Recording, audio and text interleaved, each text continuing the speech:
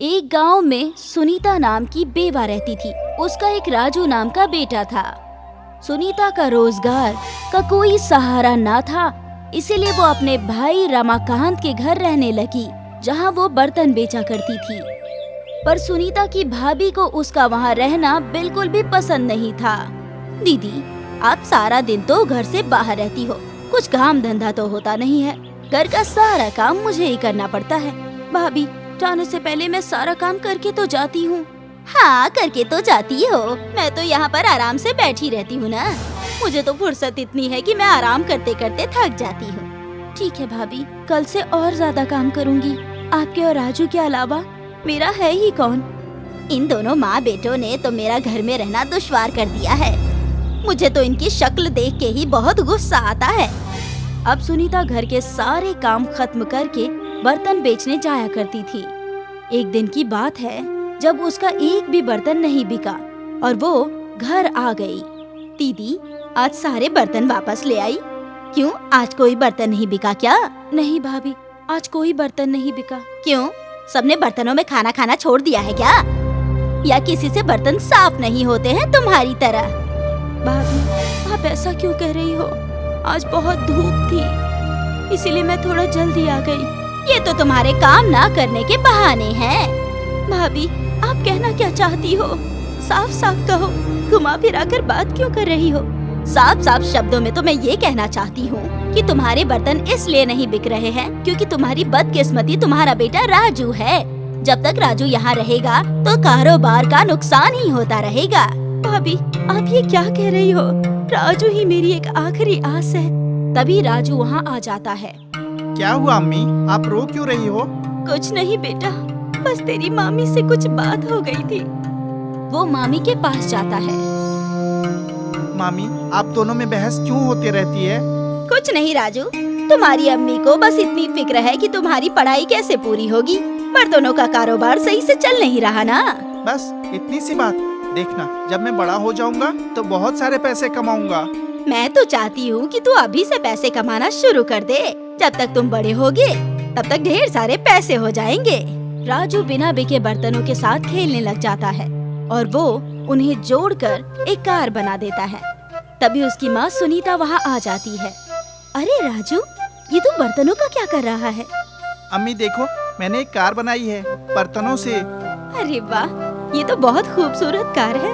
जी अम्मी, ये मैंने बर्तनों को जोड़कर बनाई है। देखना, एक रोज हमारे पास वाकई में कार होगी और मैं उसमें आपको घुमाने ले जाऊंगा। हाँ हाँ ठीक है, तू ही मुझे पूरे शहर की सैर करवा देना। पहले बड़ा तो हो जा और किसी लायक हो जा। राजू को उस रात नींद नहीं आती है। उसके दिमाग में मामी की कही हुई बातें घूमने लगती है और वो बर्तनों को एक बैग में रखकर चल देता है। चलते चलते सोचते हुए वो जंगल में पहुंच जाता है और रास्ता भूल जाता है। वो थक कर एक पेड़ के नीचे बैठ जाता है। अब उसे बहुत तेज भूख लगी होती है। अरे, ये मैं कहाँ आ गया? भूख के मारे बुरा हाल हो रहा है। मेरी अम्मी अगर मेरे पास होती तो वो मुझे अपने हाथों से खाना खिलाती, लेकिन इस जंगल में खाना कहाँ से आएगा? तभी वहाँ एक खरगोश आता है और उसको गाजर देता है। भूख लगी है ना? ये लो गाजर खा लो, इससे तुम्हें ताकत मिलेगी। क्या तुम बोल सकते हो? हाँ, मैं बोल सकता हूँ, लेकिन मेरी आवाज किसी नेक दिल इंसान को ही सुनाई देती है, जो तुम हो राजू। बहुत बहुत शुक्रिया। तुम यहाँ पर क्या कर रहे हो? राजू सारी बातें खरगोश को बताता है और खरगोश उसकी बात को बहुत ध्यान से सुनता है और उससे कहता है, तुम थैले के बर्तनों का क्या कर सकते हो? मैं इन बर्तनों को जोड़कर कार बना सकता हूँ। और राजू उन बर्तनों को जोड़कर कार बना देता है। खरगोश गाजर की मदद से उस कार को एक असली कार बना देता है, जो देखने में बर्तन की कार होती है और वो बिना पेट्रोल की चल रही होती है। ये देखकर राजू बेहद खुश होता है। ये लो गाजर, अगर तुम बर्तनों की कार बनाकर इस गाजर को छुआ दोगे तो वो इसी कार की तरह बन जाएगी। राजू गाजर को ले लेता है और बर्तन से बनी कार को लेकर अपने गांव वापस आ जाता है। उसके बर्तन से बनी कार को देखकर सब हैरान हो जाते हैं। जब वो अपने घर पहुंच जाता है, राजू, तुम कहाँ थे? मैंने तुम्हें कहाँ कहाँ नहीं ढूंढा। अम्मी देखिए, मैंने आपसे कहा था ना कि एक रोज कार में मैं आपको घुमाऊंगा जरूर। मैंने बर्तनों की कार बनाई है जिसमें हम दोनों घूमेंगे। सुनीता उसकी बर्तनों की कार देखकर बहुत खुश होती है। अब राजू बर्तनों से ऐसी ही कार बनाकर बेचता है और सब उसकी कार खुशी खुशी ले लेते हैं। वो कार को बेचकर बहुत रईस हो जाते हैं और अपना जीवन हंसी खुशी बिताने लगते हैं। वहीं दूसरी तरफ जब निर्मला को उनकी कामयाबी का पता चलता है तो वो उस गाजर को चुराने आ जाती है। अच्छा, तो ये है वो गाजर जिसकी वजह से सुनीता के पाँव जमीन पर नहीं है। इसके लड़के ने तो कमाल कर दिया, बर्तनों की कार बनाकर आज कितना मशहूर हो गया है। निर्मला उस गाजर को चुराने के लिए अपने घर से निकलती है और उसके घर पहुंचती है। अरे वाह, अब तो सुनीता का घर एक महल की तरह हो गया है और मैं उसे अमीर होते हुए कैसे देख सकती हूँ। अगर मैं गरीब हूँ तो उसको भी तो गरीब होना चाहिए। मैं उसे अमीर नहीं होने दूंगी। जैसे ही निर्मला गाजर को हाथ लगाती है वैसे ही गाजर निर्मला को मारना शुरू कर देती है और निर्मला जान बचाकर भाग जाती है। उस गाजर को जो भी चुराने आता था उसके हाथ ही नहीं आती थी वो। उसका इस्तेमाल सिर्फ राजू ही कर सकता था। अम्मी, आज हमारे पास सब कुछ है। हम बर्तनों से कार बनाकर बेचते हैं। कितना अच्छा हो गया ना अम्मी? हाँ बेटा, लेकिन हमें अपनी रईसी में पुराने वक्त को नहीं भूलना चाहिए। हमें हमेशा दूसरों की मदद भी करनी चाहिए। अब राजू उस गाजर की मदद से दूसरों की मदद करने लगा और हंसी खुशी दोनों जिंदगी बसर करने लगे। एक गांव में सुनीता नाम की बेवा रहती थी। उसका एक राजू नाम का बेटा था।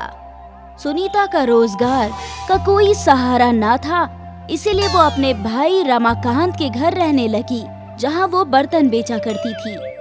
पर सुनीता की भाभी को उसका वहां रहना बिल्कुल भी पसंद नहीं था। दीदी, आप सारा दिन तो घर से बाहर रहती हो, कुछ काम धंधा तो होता नहीं है। घर का सारा काम मुझे ही करना पड़ता है। भाभी, जाने से पहले मैं सारा काम करके तो जाती हूँ।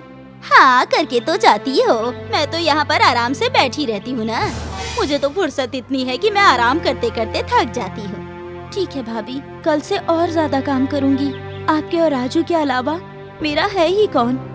इन दोनों माँ बेटों ने तो मेरा घर में रहना दुश्वार कर दिया है। मुझे तो इनकी शक्ल देख के ही बहुत गुस्सा आता है। अब सुनीता घर के सारे काम खत्म करके बर्तन बेचने जाया करती थी। एक दिन की बात है जब उसका एक भी बर्तन नहीं बिका और वो घर आ गई। दीदी, आज सारे बर्तन वापस ले आई। क्यों, आज कोई बर्तन नहीं बिका क्या? नहीं भाभी, आज कोई बर्तन नहीं बिका। क्यों, सबने बर्तनों में खाना खाना छोड़ दिया है क्या? या किसी से बर्तन साफ नहीं होते हैं तुम्हारी तरह? भाभी, आप ऐसा क्यों कह रही हो? आज बहुत धूप थी, इसीलिए मैं थोड़ा जल्दी आ गई। ये तो तुम्हारे काम ना करने के बहाने हैं। भाभी, आप कहना क्या चाहती हो? साफ साफ कहो, घुमा फिरा कर बात क्यों कर रही हो? साफ साफ शब्दों में तो मैं ये कहना चाहती हूँ कि तुम्हारे बर्तन इसलिए नहीं बिक रहे हैं क्योंकि तुम्हारी बदकिस्मती तुम्हारा बेटा राजू है। जब तक राजू यहाँ रहेगा तो कारोबार का नुकसान ही होता रहेगा। भाभी, आप ये क्या कह रही हो? राजू ही मेरी एक आखिरी आस है। तभी राजू वहाँ आ जाता है। क्या हुआ अम्मी, आप रो क्यों रही हो? कुछ नहीं बेटा, बस तेरी मामी से कुछ बात हो गई थी। वो मामी के पास जाता है। मामी, आप दोनों में बहस क्यों होती रहती है? कुछ नहीं राजू, तुम्हारी अम्मी को बस इतनी फिक्र है कि तुम्हारी पढ़ाई कैसे पूरी होगी। बर्तनों का कारोबार सही से चल नहीं रहा ना। बस इतनी सी बात। देखना, जब मैं बड़ा हो जाऊंगा तो बहुत सारे पैसे कमाऊंगा। मैं तो चाहती हूँ कि तू अभी से पैसे कमाना शुरू कर दे।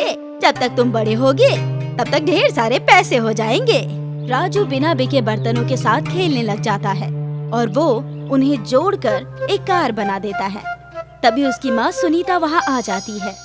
अरे राजू, ये तू बर्तनों का क्या कर रहा है? अम्मी देखो, मैंने एक कार बनाई है बर्तनों से। अरे वाह, ये तो बहुत खूबसूरत कार है। जी अम्मी, ये मैंने बर्तनों को जोड़कर बनाई है। देखना, एक रोज हमारे पास वाकई में कार होगी और मैं उसमें आपको घुमाने ले जाऊंगा। हाँ हाँ ठीक है, तू ही मुझे पूरे शहर की सैर करवा देना। पहले बड़ा तो हो जा और किसी लायक हो जा। राजू को उस रात नींद नहीं आती है। उसके दिमाग में मामी की कही हुई बातें घूमने लगती है और वो बर्तनों को एक बैग में रखकर चल देता है। चलते चलते सोचते हुए वो जंगल में पहुंच जाता है। और रास्ता भूल जाता है। वो थक कर एक पेड़ के नीचे बैठ जाता है। अब उसे बहुत तेज भूख लगी होती है। अरे ये मैं कहाँ आ गया? भूख के मारे बुरा हाल हो रहा है। मेरी अम्मी अगर मेरे पास होती तो वो मुझे अपने हाथों से खाना खिलाती, लेकिन इस जंगल में खाना कहाँ से आएगा? तभी वहाँ एक खरगोश आता है और उसको गाजर देता है। भूख लगी है ना?